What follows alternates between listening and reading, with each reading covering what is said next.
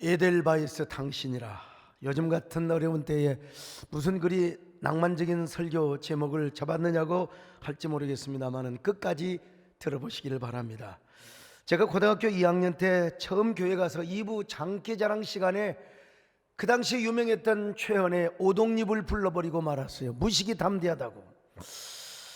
어떻게 처음에 교회 온 놈이 강단에 가서 다리 떨고 노래를 부를 수 있느냐고 막 애들이 막 그냥 막 놀래 자빠졌습니다. 그냥.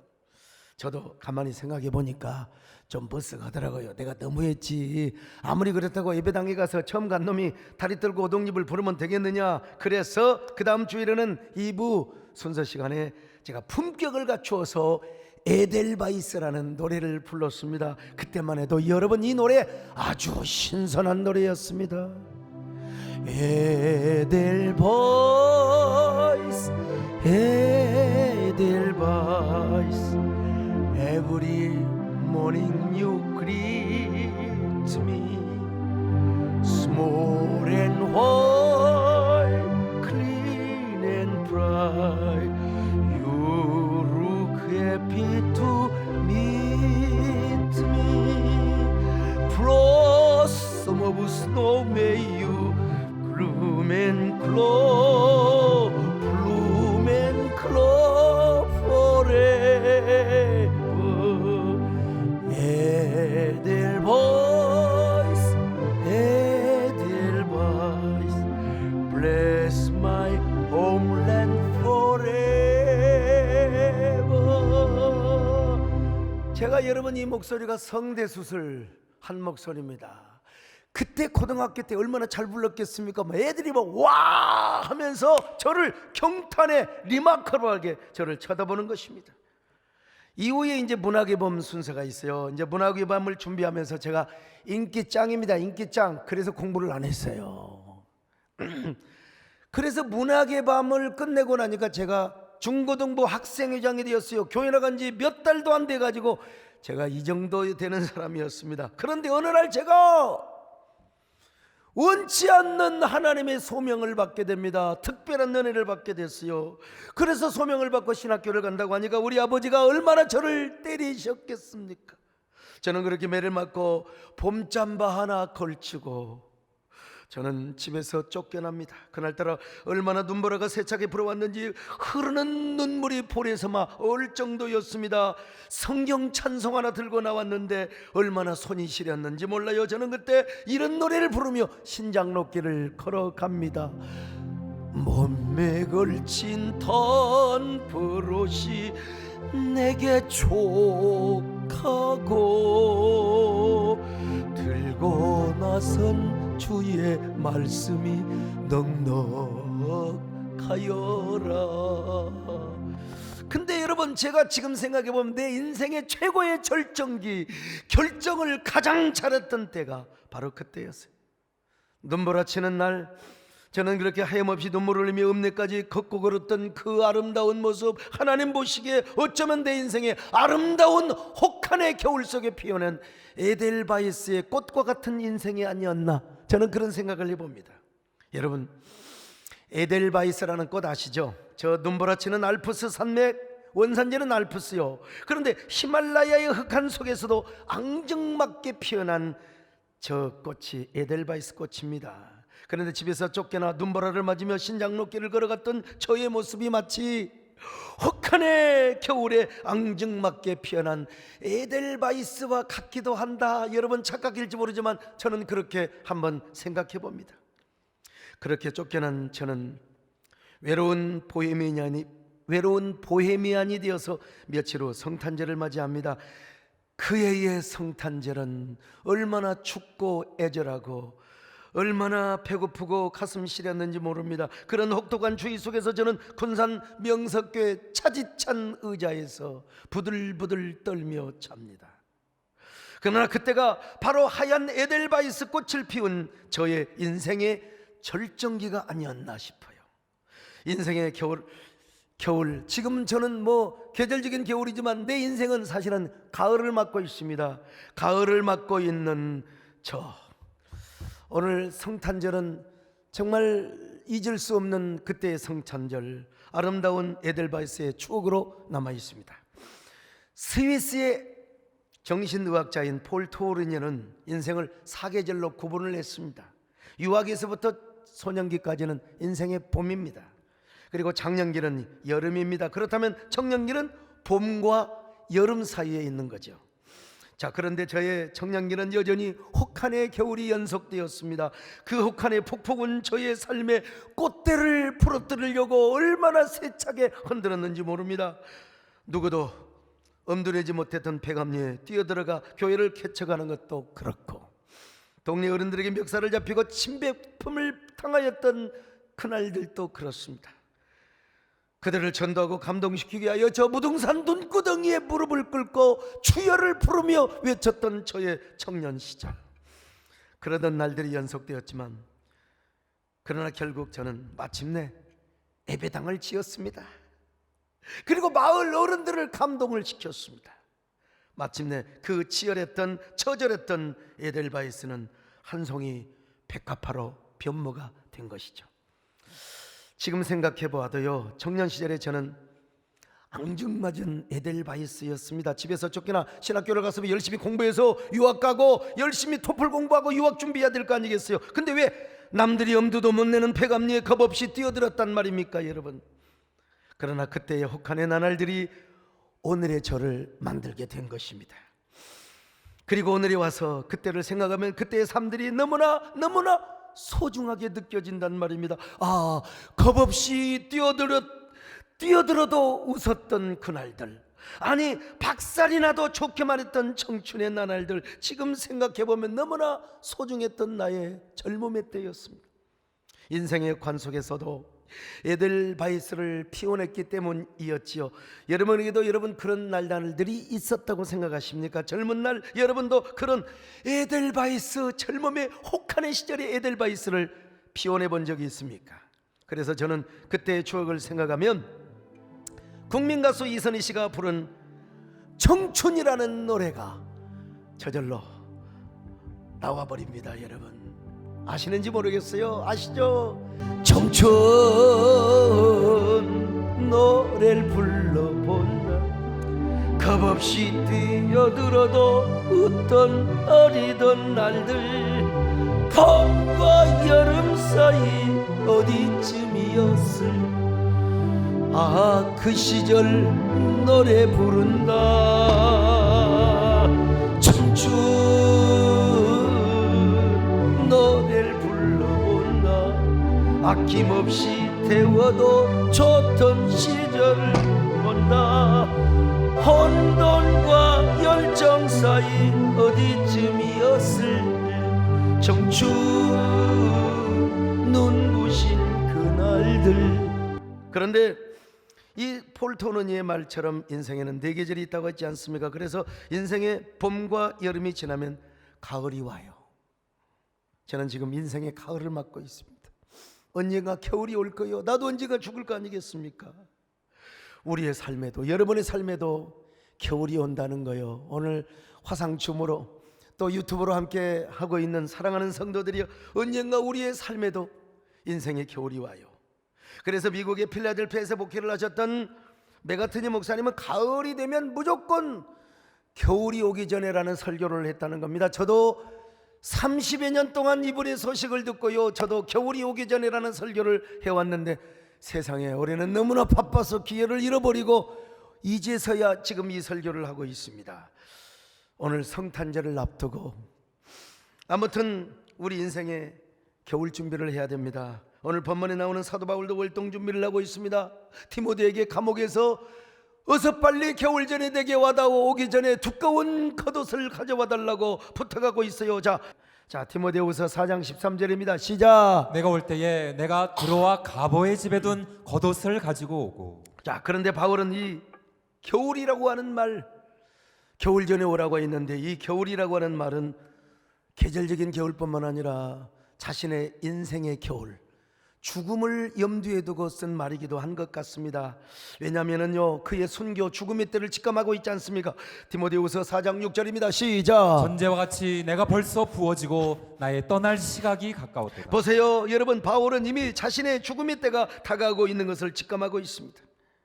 그런 것처럼 우리 모두에게도 지금 계절적인 겨울이 왔지만은 언젠가 우리 인생의 삶에도 죽음이라는 계절이 다가와요. 이런 걸 생각해 보면 참 인생이 짧습니다. 허무합니다. 우리뿐만이 아니요, 제국의 대왕을 했던 제국의 황제 다윗이가 이런 표현을 했잖아요. 나이 먹고 보니까 죽을 무렵에 인생이 손바닥만한 인생 같다는 겁니다. 자, 시편 39편 5절입니다. 시작. 주께서 나의 날을 한 뼘 길이만큼 되게 하심에 나의 일생이 주 앞에는 없는 것 같사오니. 주 앞에는 없어요. 그리고 우리 인생이 손바닥만 하다는 겁니다. 제가 몇 년 만에 한 번씩 고정적으로 하는 얘기인데요, 어린 시절에 땅 따먹는 얘기입니다. 땅 따먹기는요, 손뺨을 쫙 벌려가지고 그냥 그래서 선을 그어서 자기 땅을, 이거 얼마나 스릴과 서스펜스가 있는지 몰라요. 욕망의 눈빛 레이저, 그냥 친구가 아니요, 그냥 얼마나 그냥 재미있는지 몰라. 그러나 아무리 손이 찢어지도록 손뼉을 넓혀서 땅을 많이 따먹었던들 저녁이 오면 그게 무슨 소용이냔 말이요. 그 기쁨도 한순간이요. 그게 내 땅이 아니란 말이요. 집에서 야 이놈아 어서와 이놈아 그냥 소리를 지르면 손 툭툭 털고 옷 털고 집에 가서 매만 일밖에 없어요. 이 썩을 놈아 이놈아 공부는 안 하고 이 땅을 다 처먹어. 그러면 사실은 어머니 아버지 말이 맞아요. 그게 동네 회관 땅이지 내 땅이냔 말이요. 이게 우리 인생이라는 겁니다. 이게 우리 인생이라는 거요. 수많은 부와 명예와 권력을 소유했다 한들 우리가 인생의 겨울을 맞이하여 하늘의 하나님이 우리를 부르면 우리는 손 훌훌 털고 가서 심판받는 거예요. 심판받는 거예요. 공손의 공수거라 이 말이요. 그런 의미에서 가수 최희준 씨는 이런 노래를 불렀잖아요. 내가 나중에 가사는 좀 개사를 했지만 우리는 우리식으로 불러야 될 거 아니겠습니까? 인생은 나그네 길 어디서 왔다가 어디로 가는가 구름이 흘러가듯 떠돌다 가는 길에 정일랑 두지 말고 미련일랑 두지 말자. 그 다음에가 중요합니다 여러분요. 인생은 겸손하게 하나님을 섬기며 예수님을 믿어야 산다. 인생은 겸손하게 하나님을 섬기며 예수님을 믿어야 산다. 그런 의미에서 여러분, 미국 예일대 셀리 케이컨 교수는 죽음이란 무엇인가라는 책을 썼는데요, 그는 그 책을 통해서 이렇게 말합니다. 우리가 이 땅에 살면서 인생을 정말 소중하고 진지하게 살아갈 이유는 언젠가 우리에게 죽음이 있기 때문이다. 그리고 그는 뭐라고 말합니까? 우리가 어떻게 살아가야 하는가에 대한 물음을 스스로 쉼없이 던지며 그 해답을 찾아가는 여정이 바로 우리의 삶의 과정이라. 우리가 소중하고 진지하게 살아갈 이유는 뭐냐? 언젠가 죽음이 있기 때문이라는 겁니다. 저는 이분의 말을 이렇게 좀 바꿔보고 싶어요. 우리의 죽음이라고 하는 것은 나의 삶의 모든 여정을 끝내고 하나님께 떠나는 것이라고 말이죠. 아니, 그리스도인들에게 있어서 진정한 죽음이란 참된 영생을 선물로 받은 우리 모두가 하나님 아버지 품으로 돌아가는 것이라고 말이죠. 그런 의미에서 우리는 이런 노래 사실은 자주 불러야 됩니다 여러분요. 괴로운 인생길 가는 몸이 평안히 쉴 곳 아주 없네. 걱정과 고생이 어디는 없으리 돌아갈래 거야 하늘나라. 회장님은 문의가 되죠. 돌아갈 내 고향이 있다 이 말이죠. 자, 그러면 우리가 사도 바울처럼 어떻게 영혼의 열동 준비를 해야 될 것인가, 어떻게 영혼의 에델바이스를 피워야 될 것인가. 첫째로 항상 우리에게도 인생에 겨울이 온다는 사실을 기억하며 살아가야 합니다. 살아가면서 죽음을 생각하며 살아가라는 말이요. 그래서 로마의 시인 호라티우스는 카르페 디엠 메멘토 모리라고 이런 말을 남겼습니다. 무슨 말이냐? 현재는 멋지게 살아가라, 그러나 죽음을 기억하라 이 말이야. 멋지게 살되 재미있게 살되 죽음을 기억하며 살아가는 말이요. 사실 이 말은 전도서에 있는 말씀입니다. 자, 전도서 12장 1절입니다. 시작. 너는 청년의 때에 너의 창조주를 기억하라. 곧 곤고한 날이 이르기 전에 나는 아무 낙이 없다고 할 해들이 가깝기 전에. 그렇습니다, 여러분. 청년의 때에 재밌게 살라 이거요, 젊음을. 그러나 아무 낙이 없고 이제 뭡니까? 죽음이 바로 가깝기 전에 뭘 생각해? 창조주를 기억해라 이 말이에요. 이런 사람은 인생을 덤벙덤벙 살지 않습니다. 제가 자주 하는 이야기인데요, 이런 말을 안 할 수가 없어요. 옛날에 우리 초등학교 때 소풍 갔잖아요. 소풍 가면 잠이 안 와서, 아이고 난 잠이 안 와. 토요일 날도 잠이 안 오고, 저는 소풍 갈 날이면 잠이 안 와요. 우리 어머니가 이제 5원이나 10원을 줬어요. 근데 뭐 그냥 웅변대에 나가서 또 글지기대에 나가서 상 받으면요, 글지기대에 상 받으면 어머니가 기분 좋게 20원을 줬습니다. 20원. 얼마나 신이 나는지, 개선 장군처럼. 근데 좋아할 거 없어요. 우리 교회 나오시는 양필자 권사님 같은 동네에 사셨는데 이분은 면장님 딸이어가지고 기분 좋으면 100원을 줘버려. 어머니가 100원을, 50원 100원을. 아, 그때 우리 권사님 나한테 20원만 더 주지. 아무튼간에 내가 이제 학교 기분이 나서 이제 그냥 폼을 재고 이제 교문에 딱 들어서면, 그때 거창댁이라고 하는 분이 계셨어요. 그분은 별명이 뻐드렁니 아줌마라고 있거든요. 이분이 빵 장사를 했어요. 저한테 말을 걸잖아요. 대견스럽게 막 그냥 개선 장군처럼 걸어가니까 청각 빵 좀 사 그러잖아. 아까 내가 그냥 지나가면 좋을 텐데 하나에 몇 원이요? 아이고, 두 개에 20원. 이분 장사수가 대단한 분입니다. 두 개에 20원이래.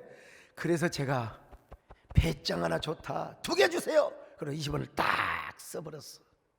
완전 기분파였죠. 두 개를 들고 막 그냥 좋아가지고 운동장으로 들어가 보니까 별 신기한 것들이 다 있잖아요. 빨아먹는 사탕 그런 거 있잖아요. 옛날에 막대기에다가 솜사탕, 뭐 고무과자, 건빵, 뭐 별게 다 있어요. 아이고, 세상에 딴 애들은 돈도 안 쓰고 계속 돌아다니면 고민하고 진지하게 뭘 살까. 나는 교문 앞에서 바로 그걸 써버려. 그래가지고 운동장을 돌면서 아이씨는 그때부터 시작한 겁니다. 참, 저는 그 이후로 얼마나 많은 걸 깨달았는가. 더더구나 이놈들이, 쫀쫀한 놈들은 여러분 절대 돈 안 쓰고, 저기 보통 저 육모정이나 이런 데로 이제 저기 효길에 저수지 갔는데 거기 목적지 가서도 다 안 팔리는 빵이 있어요. 돌아올 때도 안 팔리는 빵이 있어요. 그러면 하나에 5원씩 팝니다. 학교까지 거의 와서는 말이야 10원에 3개도 팔아요. 그거 나중에 곰팡이라니까. 그런데 그놈 20원을 가지고 5개, 6개, 7개를 사는 놈들을 보면 내가 그냥 와, 얼마나 야마가 돌아가겠습니까? 그때 내가 생각을 했어요. 야, 난 돈을 함부로 쓰지 않으리라. 난 인생을 덤벙덤벙 살지 않으리라. 아이고, 나는 인생을 너무 덤벙덤벙 써버렸어. 여러분, 저는 지금 목사가 된 이후로도 제가 항상 마음의 교훈을 삼고 있습니다. 나는 인생을 저 교문 앞에서 돈 쓰듯이 그렇게 쓰지 않으리라.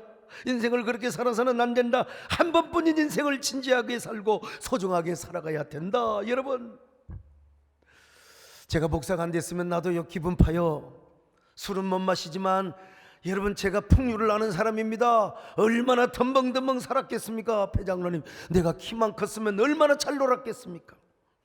사나이다운 호탕한 기질도 있잖아요. 얼마나 인생을 낭비하며 살았겠습니까? 그러나 하나님께서 저를 예수 믿게 하시고 목사가 되게 하셔서 인생을 소중하고 진지하며 아끼고 쫀쫀하게 살도록 축복해 주셨다 이 말이요. 얼마나 감사합니까? 여러분도 인생을 덤벙덤벙 사지 마시기를 바랍니다.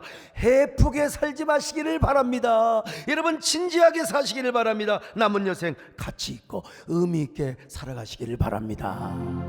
주여 진지하게 하소서. 오늘 하루하루 순간을 주가 주신 힘으로 진지하기 원하네. 주여 나를.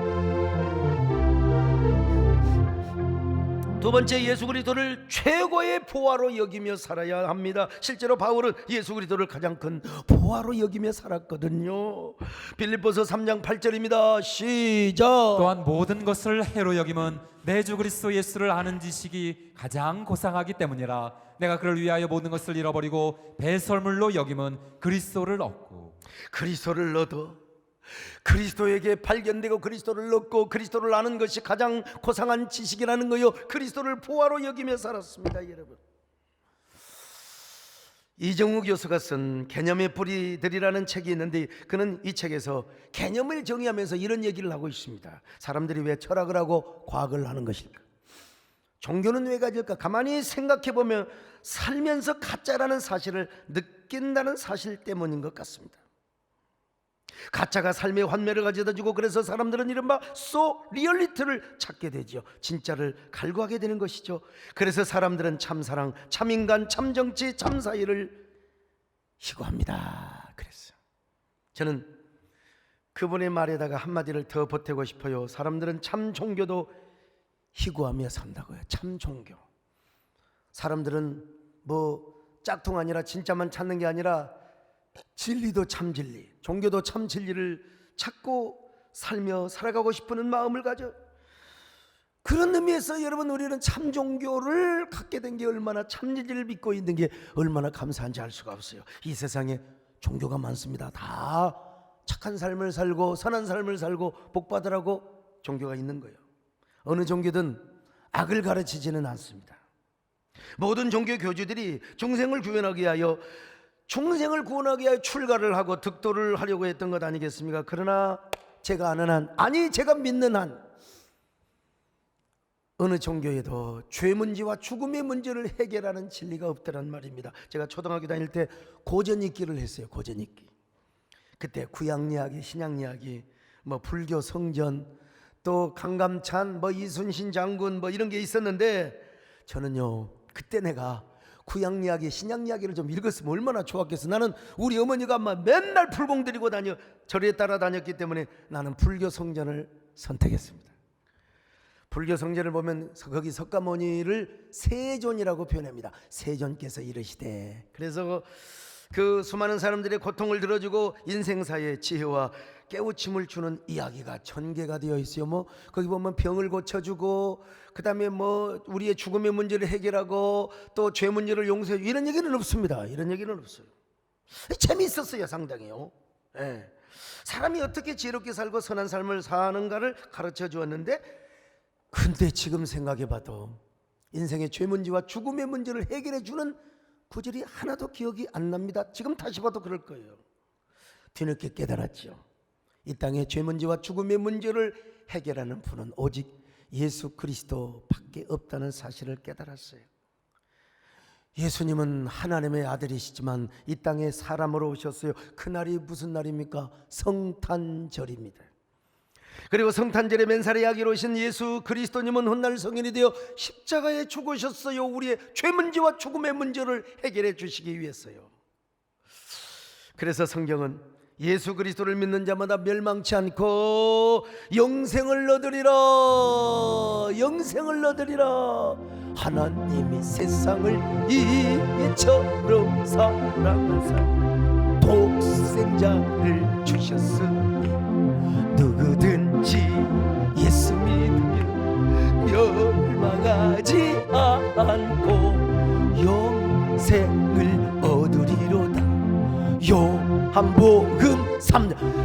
요한복음 3장 16절을 한번 보십시다. 시작. 하나님이 세상을 이처럼 사랑하사 독생자를 주셨으니 이는 그를 믿는 자마다 멸망하지 않고 영생을 얻게 하려 하십니다.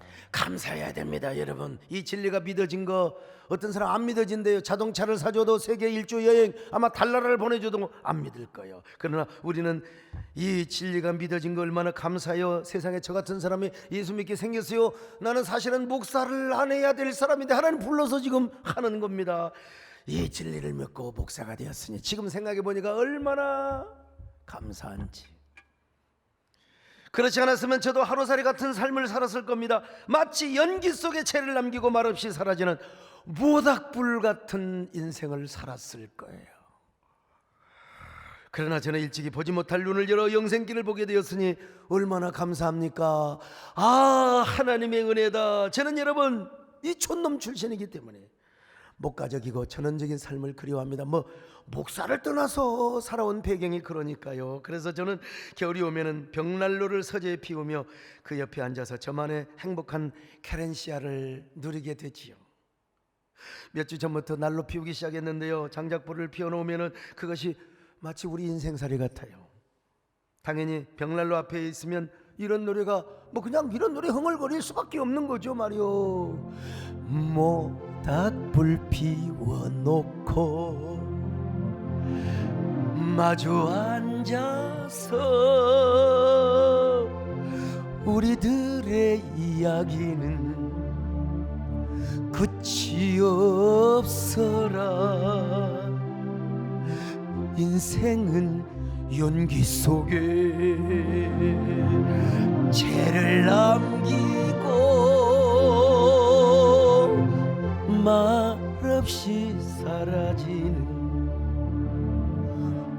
모닥불 같은 거. 이게 70년대 박인희 씨가 부를 때 정말 내가 그때 뭘 안다고 말이야 이런 노래 부르면, 근데 지금은 이 의미를 알아요. 지금은요.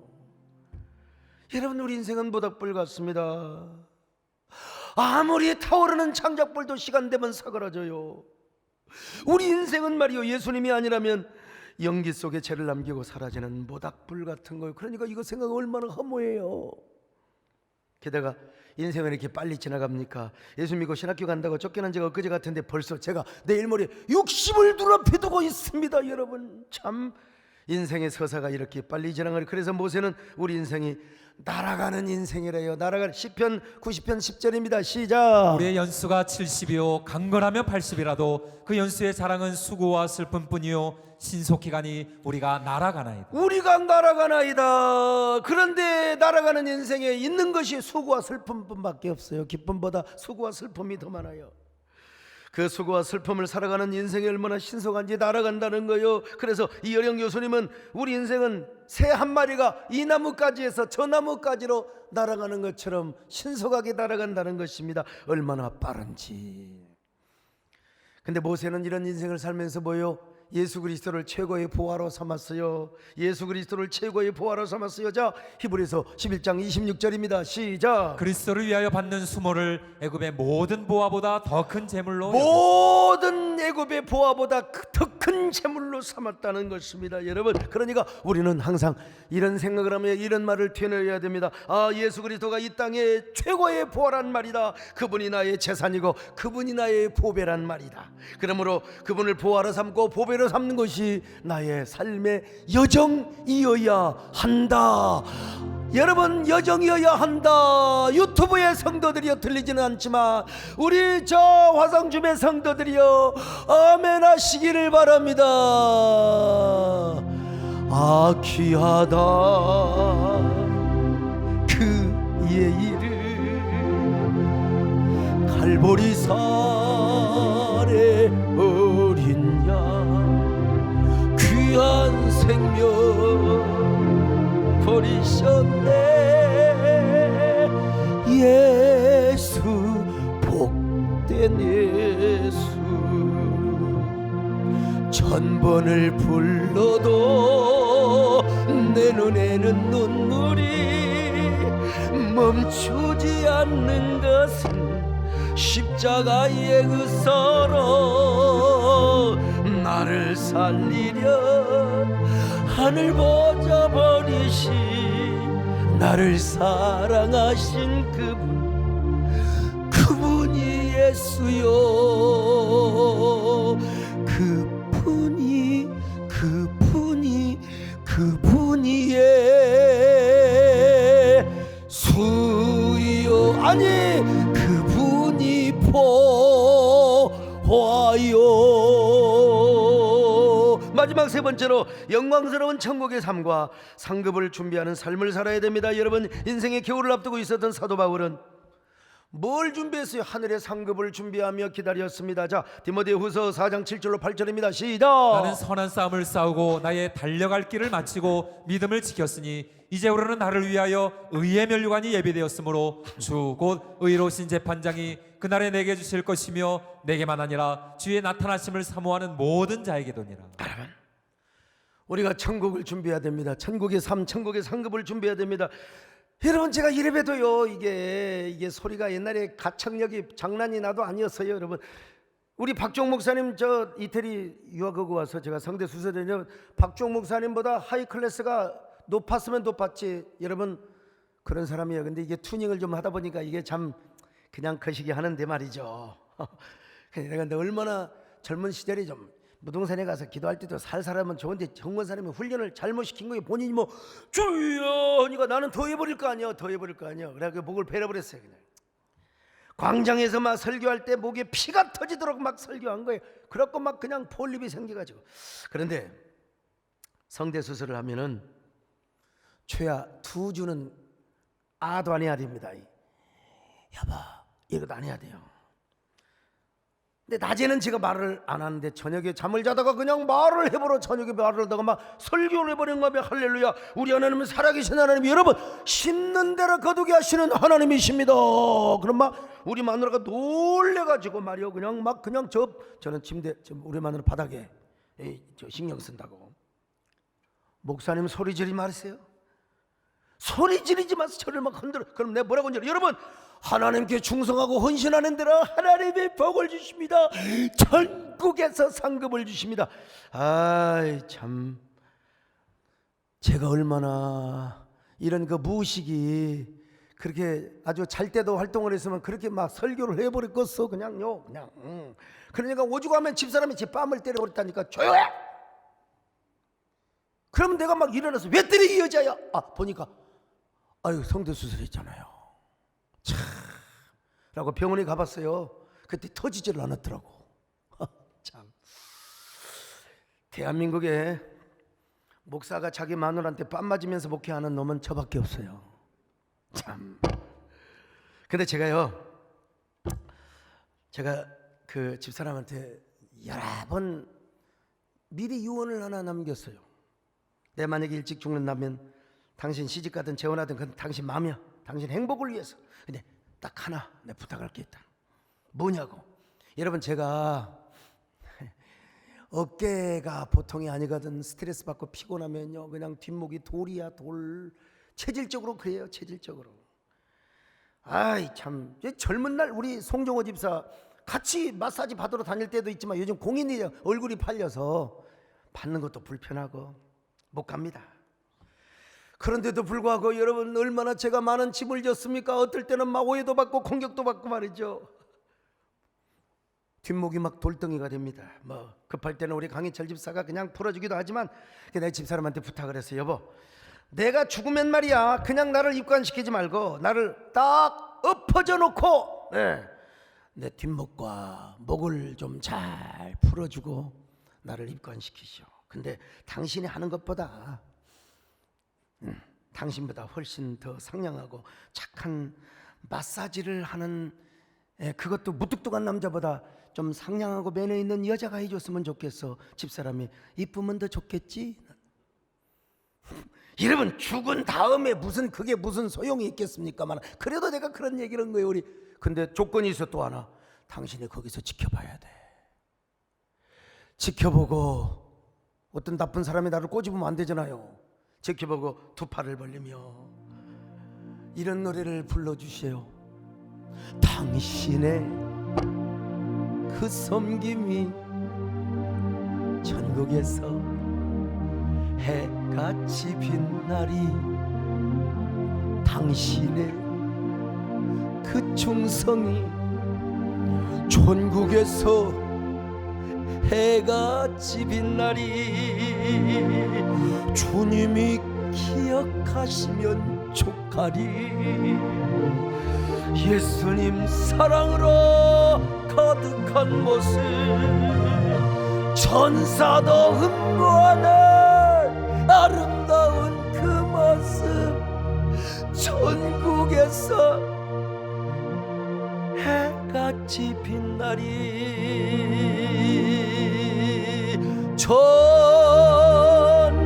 천국에서 해같이 빛나리 죽은 다음에 마사지가 무슨 소용이 있겠어요? 근데 우리 집사람한테 그런 얘기를 하는 거예요. 분명한 것은 내가 힘들고 고뇌도 하나님 나라를 준비한다는 거예요. 하나님 나라를 천국의 영원한 삶과 영광스러운 상급을 준비하며 사는 사람이요. 여러분 어떻게 살아가고 있나 이런 얘기 들으면서 이건 뭐 니는 그렇게 살아라 나는 이래 산다. 여러분 아닙니다. 천국을 준비하는 삶을 살아야지요. 성탄절이 지금 다가오고 있습니다. 성탄절하면 일반적으로 어떤 단어가 생각이 납니까? 화이트 크리스마스, 뭐 사일렌트 나이, 홀리 나이, 뭐 여러분 이런 거 생각. 산타크로스 할아버지. 근데 이번 성탄절은 너무나 애절하고 가슴 절절한 성탄절이 될 것 같습니다. 성탄절 우리 교계에서도 2주 연기하자는 의견도 있었어요. 왜? 코로나 때문에 2주 연기하면 1월 7일이죠. 왜냐하면 산타크로스 할아버지가 25일 날 우리나라 영종도에 입국을 해서 2주 자가격리를 하면 말도 안 되는 소리지. 여러분 기왕이면 여러분 저 성탄절은 화이트 크리스마스가 되었으면 좋겠습니다. 화이트 크리스마스 하면은 에델바이스가 생각이 안 날 수가 없어요. 에델바이스는 눈 속에 피어난 꽃인데 그 꽃말이 뭔 줄 아세요? 소중한 추억이라는 뜻입니다. 여러분 이번 성탄절에는 우리 모두가 하나님 앞에 하얀 에델바이스 한 송이를 피워냈으면 좋겠습니다. 그 에델바이스를 주님 앞에 드렸으면 좋겠습니다. 올 한 해가 얼마나 지난하고 아슬아슬한 해였습니까? 이놈의 코로나가 우리를 얼마나 지치게 만들었어요. 회복될 만하면 또 정말 열받아. 회복 다 됐는데 또 참. 근데 그럼에도 불구하고 하나님께서 우리 교인들에게 엄청난 은혜를 주셨습니다. 수만 명의 성도들 가운데 단 한 명도 교회에서 확진된 자가 없었고요. 저도 공인이기 때문에 무슨 사건마다 검사를 하면은 음성이야. 충청북도 음성. 내 고향이 음성도 아닌데 말이죠. 얼마나 감사합니까? 특별히 여러분 송구영신 예배 때 참석한 우리 성도들 가운데 우리 곁을 떠나고 하늘나라 먼저 간 사람 없어요. 내가 기억이 없어서 보고해보라고 그랬어요. 다 어머니 아버지 저 시골에 계신 분 모르지만 우리 교회 신앙생활하는 사람 한 명도 없어요. 한 해 동안 살아온 삶이 얼마나 아슬아슬하고 조마조마하긴 하지만 하나님이 우리에게 베푸는 애가 얼마나 크냐고요. 얼마나 커요. 더구나 하나님이 여러분을 얼마나 사랑하세요. 우리 자녀들 얼마나 사랑. 손장로님 미국에 가 있는 자녀 하나도 안 걸리잖아요. 얼마나 사랑함, 얼마나 감사합니까 여러분. 그 은혜를 기억하며 감사하며 찬양하고 헌신하는 그 믿음의 삶이 뭐요? 에델바이스입니다. 에델바이스. 눈보라가 휘날리고 혹하니 바람이 불어오고 그 추우면 추울수록 피어나는 앙증맞은 에델바이스. 이 성탄절에 그 꽃을 피워내자 이 말입니다. 올 성탄절은 너무나 답답하고 애절할 것 같습니다. 그러나 우리 성탄절은 특별히 소중한 추억을 만드는 성탄절이 되었으면 좋겠습니다. 여러분 그러기 위해서는 먼저 우리가 에델바이스를 영혼의 꽃을 하나님 앞에 피워드려야 돼. 비록 우리가 모이지 못한다 할지라도 모든 성도들이 화상과 춤으로 예배를 드린다 할지라도 여러분이 거기에 있는 각자 처소에서 에델바이스 꽃을 피우면 되는 거예요. 감사의 에델바이스, 찬양과 헌신의 에델바이스. 그래서 이번 성탄주일은 에델바이스 성탄주일로, 성탄절로 삼았습니다. 에델바이스 성탄절. 특별히 이번 성탄절에는 지상 1층 주차장에 예수님이 누우신 말구유를 재현해 놓은데요. 여러분들이 평일에도 그곳에 찾아가서 동방 박사들이 황금과 몰약과 유향을 드렸지, 거기에 이제 아마 난로 피워놓고요, 이제 사람들이 대기할 거예요. 그래서 차도 따라주고 또 부목사들이 대기하면서 기도도 해주고, 그리고 거기에다가 황금과 몰약과 유약도, 성탄 에델바이스 헌금도 드리고. 야, 이거 진짜 우리 교역자들 머리 좋아요. 얼마나 머리가 좋은지. 여러분, 우리 모두 에델바이스 성탄절을 잘 맞이한 후 복된 새해를 맞읍시다. 내년은 어떤 해가 될지 몰라요. 선교사 말 맞다나 내년에 돌아올 새년은 어떤 년인지, 좋은 년인지 나쁜 년인지. 이 우리말이 어눌했던 선교사가 년자를 그냥 어떤 해일지 해야 되는데 어떤 년일지 했다고 했다 그러죠. 과연 코로나는 언제쯤 종식될 것인지, 이놈의 코로나가 언제 우리를 괴롭힐지 모릅니다. 언제까지? 그러나 절대로 포기하지 마세요. 포기하지 마세요. Never, never, never, never, never, never, never give up. 그래서 다음 주일은 절절포 주일, 절절포 하지 말자는 주일입니다. 여러분, 절대로 절절 때 포기하지 마시고 새해를 준비하는 마지막 주일로 삼기로 했습니다. 아무튼 올해의 성탄절은 그냥 성탄절이 아니라 에델바이스 성탄절이요. 저 알프스 산이나 히말라야 산의 눈꽃을 눈꽃이 아니야, 실제로 하얀 꽃을 피워내는 앙증맞은 저 에델바이스. 우리도 앙증맞아야 돼. 우리도요. 다 다른 사람들을 위축하고 겁나고 이제 비대면 우리는 정부의 중대본의 지침을 따라야 하지만 평일에 오세요. 저도 앉아 있을 테니까요. 24일 25일 앉아 있을 테니까 오셔서 다 황금과 유향과 몰약을 가져오시고, 그것이 바로 무엇입니까? 아무리 흔들어대도 바람 불어도 우리가 꽃대가 흔들리지 않고 기엽고 눈보라에서 피어나는 에델바이스라는 꽃인 것입니다. 그 향기라는 감사 헌신을 드려보세요. 그런 저와 여러분, 에델바이스 성탄절을 잘 맞는 저와 여러분 되시기를 주님의 이름으로 축원합니다. 에델바이스, 에델바이스, 주님과 나와의 주, 따스하고 포근한 그 사랑 나의 맘 녹이네.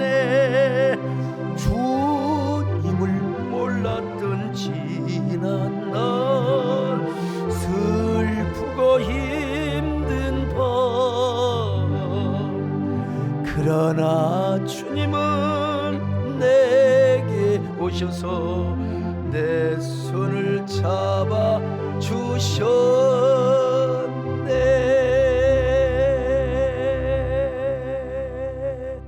하나님 고맙습니다.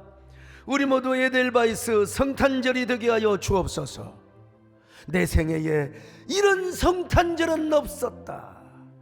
소중한 추억을 만들어내는, 그리고 그 소중한 추억을 간직하게 하는 올해 2020의 성탄절이 되게 하여 주옵소서. 그저 술람미 여인처럼 집안에 숨어만 있지 말고 우리가 말구이도 찾아오고 또 귀한 에델바이스 헌금을 온라인으로도 보내며 어려운 가운데도 희망의 끈을 놓지 않고 주님을 만나며 절절포하지 않는, 그야말로 절대 포기하지 않는 그런 성도들 되게 하여 주시옵소서. 예수님의 이름으로 기도드렸나이다. 아멘. 나의 모든 행실을 주 여기 영마시고 바른 길로 인도하소서.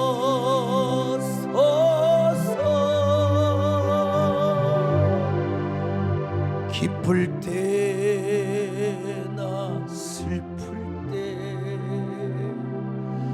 나와 동행하시며